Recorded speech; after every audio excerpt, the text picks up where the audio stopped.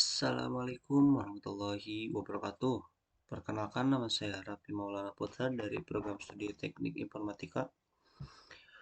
Sini saya akan sedikit menjelaskan tentang analisis dan perancangan SIAP dengan menggunakan Unified Modeling Language di Universitas Muhammadiyah Sukabumi.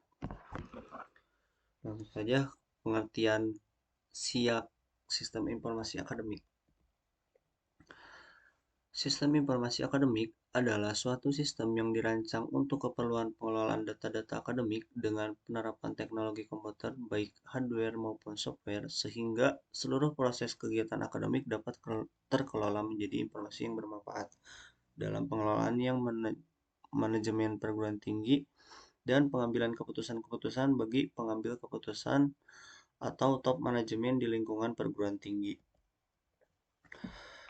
Untuk definisi sistem merupakan sumber daya dalam bentuk informasi yang ada kaitannya dengan masalah-masalah akademik di kampus.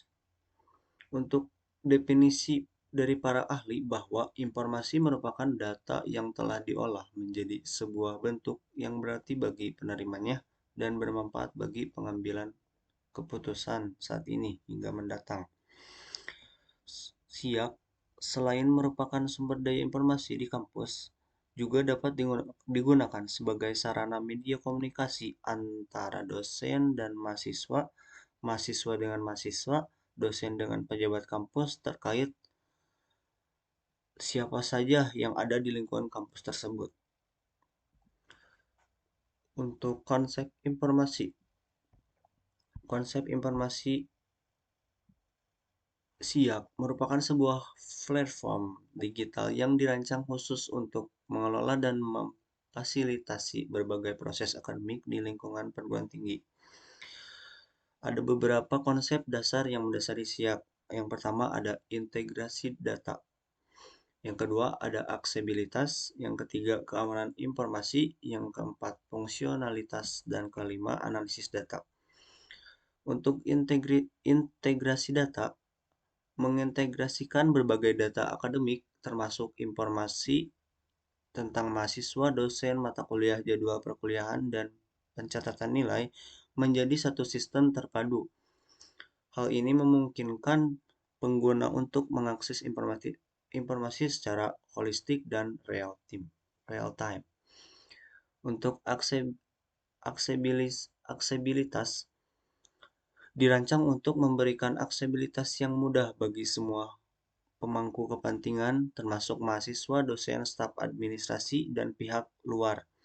Pengguna dapat mengakses SIAP melalui berbagai perangkat seperti komputer, tablet, atau ponsel pintar dengan koneksi internet. Keamanan informasi menjadi salah satu aspek kunci dalam SIAP. Data sensitif seperti informasi pribadi mahasiswa, catatan akademik, dan jadwal perkuliahan harus dilindungi dengan ketat dari akses yang tidak sah atau bocoran. Untuk fungsionalitas, menyediakan berbagai fitur dan fungsionalitas untuk mendukung berbagai kebutuhan akademik, mulai dari registrasi mata kuliah, pembayaran biaya kuliah, hingga penjadwalan ujian. Fitur-fitur ini juga dirancang untuk meningkatkan efisiensi dan kenyamanan dalam menjalankan proses akademik. Yang terakhir ada analisis data. Analisis data ini salah satu keunggulan SIAP adalah untuk melakukan analisis data yang mendalam terkait dengan kinerja akademik, pola belajar mahasiswa, dan efektivitas metode pengajaran. Hal ini juga bisa memungkinkan institusi pendidikan untuk mengambil keputusan yang lebih tepat guna dalam meningkatkan mutu pendidikan. Untuk cara teknik pengumpulan data dan hasil pengumpulan data, teknik pengumpulan data yaitu suatu proses pemecahan masalah yang diselidiki dengan menggambarkan objek penelitian secara jelas dan lebih mendetail, serta untuk menarik generalisasi yang menjelaskan variabel yang menyebabkan suatu gejala atau kenyataan sosial. Penelitian kualitatif dalam penelitian ini dilakukan untuk mengetahui bagaimana pelaksanaan tugas dan fungsi pengelolaan sistem informasi akademik dalam meningkatkan pelayanan di fakultas universitas pada pengumpulan data atau fitur siap. Untuk hasil pengumpulan datanya, deskripsi umum. Deskripsi umum, navigasi dan struktur situs web siap, jenis informasi yang disediakan, akademik, DPA, fakultas, dan lain-lain. Ketersediaan opsi pencarian situs siap dan kemudahan navigasi dalam menginformasi siap oleh fakultas. Untuk pencarian fitur di siap, kecepatan respon dan kinerja saat mencari fitur berupa PMB, LMS, akun. Fitur itu pencarian lanjutan, ada filter, kategori, dan lain-lain. Jumlah masuk ke dalam siak yang ditemukan dan relevansi hasil pencarian. Untuk yang ketiga, informasi siak. Untuk menginformasikan di bagian fakultas atau akademik, seperti DPA, fakultas, dan lain-lain, ketersediaan dalam pembayaran per semester atau informasi oleh bagian fakultas. Untuk yang terakhir, menginformasikan oleh bagian fakultas. Bila mana mahasiswa belum membayar semester, tidak bisa mengikuti UTS atau UAS, tidak bisa melihat hasil nilai mata kuliah, ada fitur tunggakan mahasiswa. Selanjutnya, analisis kebutuhan. Untuk analisis kebutuhan ini, saya mengambil contoh dari cetak kartu UAS, UTS atau UAS dalam flowchart ini. Yang pertama, mulai mahasiswa mengecek pembayaran UTS UAS. Terus mahasiswa membayar biaya UTS UAS, teller bank memproses pembayaran. Langsung saja ke alur jalan analisis kebutuhan ini. Yang pertama, mahasiswa mengecek tunggakan biaya perkuliahan apakah sudah memenuhi syarat pembayaran UTS atau UAS. Yang kedua, mahasiswa melakukan pembayaran UTS atau UAS ke bank yang sudah kerjasama dengan Universitas Muhammadiyah Sukabumi.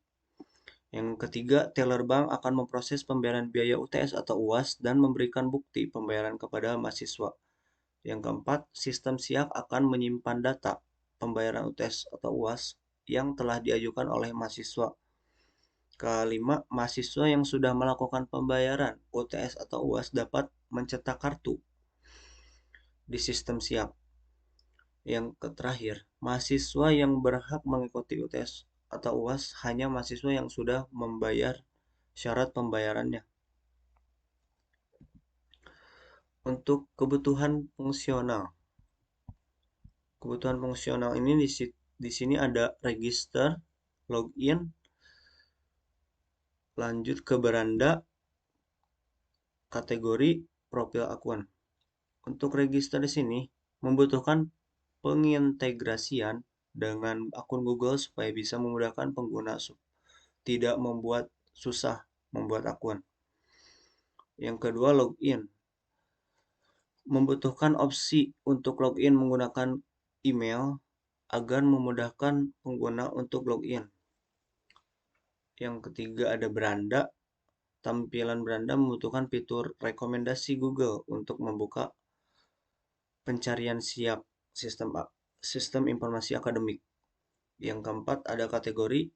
Membutuhkan adanya fitur untuk pengelompokan berbagai jenis seperti PMB, UAS, atau UTS, dan lain-lain. Untuk yang terakhir, profil akun. Membutuhkan opsi pengaturan yang berupa fitur mengganti foto profil, mode gelap dan terang, dan lain-lain. Di sini ada perancangan struktur siap. Ada sistem informasi mahasiswa. Sistem ini menyimpan dan mengelola informasi pribadi dan akademis mahasiswa termasuk informasi atau data pengelola. Kedua, ada sistem pengisian data pengguna. Sistem ini digunakan untuk mengelola proses pengisian pengguna oleh mahasiswa. Yang terakhir ada sistem registrasi ulang. Sistem ini mencatat dan mengelola proses supaya baik diproses oleh universitas yang dilakukan oleh mahasiswa. Lanjut ada perancangan aktivasi. Dalam mengimplementasikan sistem informasi akademik, perancangan aktivasi yang matang dan terencana merupakan kunci kesuksesan dalam meningkatkan efisiensi, aksesibilitas, dan kualitas layanan akademik di perguruan tinggi. Dengan memperhatikan berbagai aspek perancangan dan penerapan yang telah dibahas, dapat disimpulkan beberapa hal penting sebagai berikut. Untuk pendaftaran pengguna, pengguna baru harus mengakses formulir pendaftaran pada situs web SIAK. Formulir ini pendaftaran harus meminta informasi seperti nama lengkap, alamat email, nomor telepon, dan kata sandi.